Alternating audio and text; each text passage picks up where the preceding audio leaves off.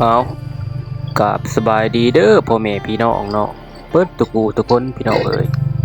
มื้อนี้ก็มาพบมาพรกับซ่องบันไลฟ์สไตล์อีกคือเก่าเนาะมื้อนี้ข้อยเองก็สิพาพี่พาน้องมาเบิ่งมาชมบรรยากาศภายในหมู่บ้านดงน้อยเนาะเมืองอุทุมพรแขวงสุวรรณเขตซึ่งเป็นหมู่บ้านที่อยู่ในเขตชนบทเนาะ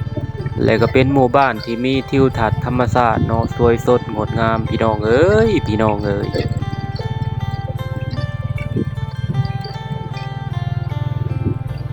อันนี้ก็คือภาพบรรยากาศเนาะอยู่ที่จุดสามแยกดงน้อยเนาะเลยก็เลาะเข้ามาเรื่อยๆเนาะก็สิมีเส้นทางคอนกรีตเนาะตอนนี้ทางบ้านเฮาเนาะก็ได้มีการก่อสร้างเส้นทางคอนกรีตเนาะหรือว่าเส้นทางเบตงเนาะซึ่งการก่อสร้างนี้เนาะก็คืบหน้าไปได้ประมาณ30%พี่น้องเอ้ย ช่วงนี้เนาะก็เป็นช่วงฤดูการผลิตข้าวนาปีเนาะหรือว่าฤดูการเฮ็ดไร่เฮ็ดนาเนาะ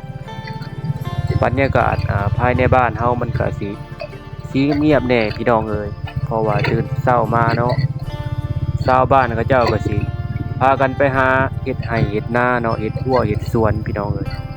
พู้นแหละตกค่อยค่ำลงแลงพู้นแหละพี่น้องเอ้ยจึงได้กลับต่าวคืนบ้านคืนเรือนเนาะ